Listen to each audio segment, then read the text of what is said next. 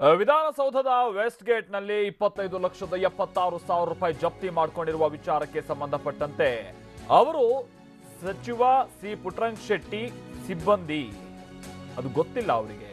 ಬಾಗಲಕೋಟೆ ಜಿಲ್ಲೆ ಬಾದಾಮಿಯಲ್ಲಿ ಸಿದ್ದರಾಮಯ್ಯ ಹೇಳಿಕೆ, ಅಲ್ಲಿ ದುಡ್ಡು ಸಿಕ್ಕಿದ್ರೆ ಸಚಿವರ ಕಚೇರಿಯ ಸಿಬ್ಬಂದಿ ಆಗಿದ್ರೆ ಆರೋಪಿಯನ್ನ ಕೆಲಸದಿಂದ ತೆಗೆದು ಹಾಕಬೇಕು.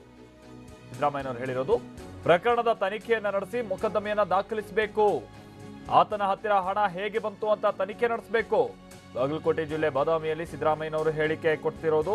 ಆಮೇಲೆ ಅವನ ಹತ್ರ ಆ ಹಣ ಹೇಗ್ ಬಂತು ಅನ್ನೋದ್ರ ಜೊತೆಗೇನೆ ಆತ ಆ ಹಣವನ್ನ ಅಲ್ಲಿ ಯಾರಿಗೆ ಕೊಡೋಕ್ ತಂದಿದ್ದ, ಅದು ಮೊದಲಿಗೆ ಇಲ್ಲಿ ತನಿಖೆ ಆಗ್ಬೇಕು. ಬಹುಶಃ ಸಿದ್ದರಾಮಯ್ಯನವರು ಈ ಮಾತನ್ನ ಹೇಳ್ತಾ ಇಲ್ಲ. ಬಟ್ ಏನಂದ್ರೆ ಹೇಳಿ ಕೇಳಿ ಒಂದು ಕಾಲದ ಆಪ್ತ, ಈಗಿನ ಆಪ್ತ ಕೂಡ ತಮ್ಮ ಕೃಪಾ ಕಟಾಕ್ಷದಲ್ಲೇ ಸಚಿವಗಿರಿಯನ್ನ ಪಡೆದುಕೊಂಡಂತವ್ರು, ಅದ್ರಲ್ಲಿ ಏನು ಅನುಮಾನ ಇಲ್ಲ.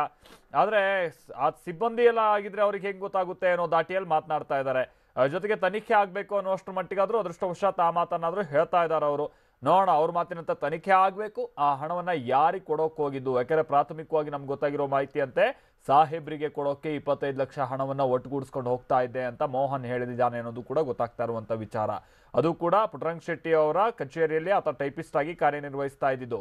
ಹೀಗಾಗಿ ಆತ ಯಾರೋ ಏನೋ ಗೊತ್ತೇ ಇಲ್ಲ ಅನ್ನುವಂಥ ರೀತಿಯಲ್ಲಿ ಎಲ್ಲ ಹೇಳೋಕೆಂತೂ ಖಂಡಿತವಾಗಿಯೂ ಸಾಧ್ಯ ಇಲ್ಲ. ಬಟ್ ಈಗ ಆಗ್ಬೇಕಾಗಿರೋದು ಅಂತಂದ್ರೆ ಆತ ಯಾರಿಗೆ ಆ ಹಣವನ್ನ ಕೊಡೋದಕ್ಕೆ ಹೋಗ್ತಾ ಇದ್ದ ಅನ್ನುವಂಥ ವಿಚಾರ, ಅದ್ರ ಬಗ್ಗೆ ತನಿಖೆ ಆಗ್ಲೇಬೇಕಿದೆ. ಸಿದ್ದರಾಮಯ್ಯನವರು ತನಿಖೆ ಆಗ್ಲಿ ಅನ್ನೋದನ್ನ ಹೇಳೋದ್ರ ಜೊತೆಗೆ ಸ್ವಲ್ಪ ಪುಟ್ಟರಂಗ ಶೆಟ್ಟಿ ಅವ್ರ ಪರವಾಗಿ ಮಾತನಾಡ್ದಂಗೆ ಬಹುಶಃ ಕಂಡು ಬರ್ತಾ ಇದೆ ಅಂತ ಕಾಣಿಸುತ್ತೆ. ಸಿದ್ದರಾಮಯ್ಯನವರು ಏನ್ ಮಾತನಾಡಿದ್ರೆ ಕೇಳ್ಕೊಂಬೋಣ ಬನ್ನಿ.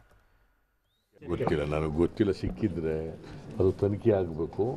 ಅವನ ಹತ್ರ ಹೆಂಗೆ ಬಂತು ದುಡ್ಡು ಏನು ಅನ್ನೋದು ತನಿಖೆ ಆಗಬೇಕು. ಅವನ ಮೇಲೆ ಮೊಕದ್ದಮೆ ದಾಖಲು ಮಾಡಬೇಕು.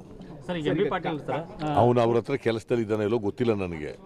ಕೆಲಸದಲ್ಲಿದ್ರೆ ಇಮಿಡಿಯೇಟ್ ಆಗಿ ಅವ್ನು ಡಿಸ್ಮಿಸ್ ಮಾಡಬೇಕು, ಅಲ್ಲಿಂದ ಅವನ ಮೇಲೆ ತನಿಖೆ ಆಗಬೇಕು.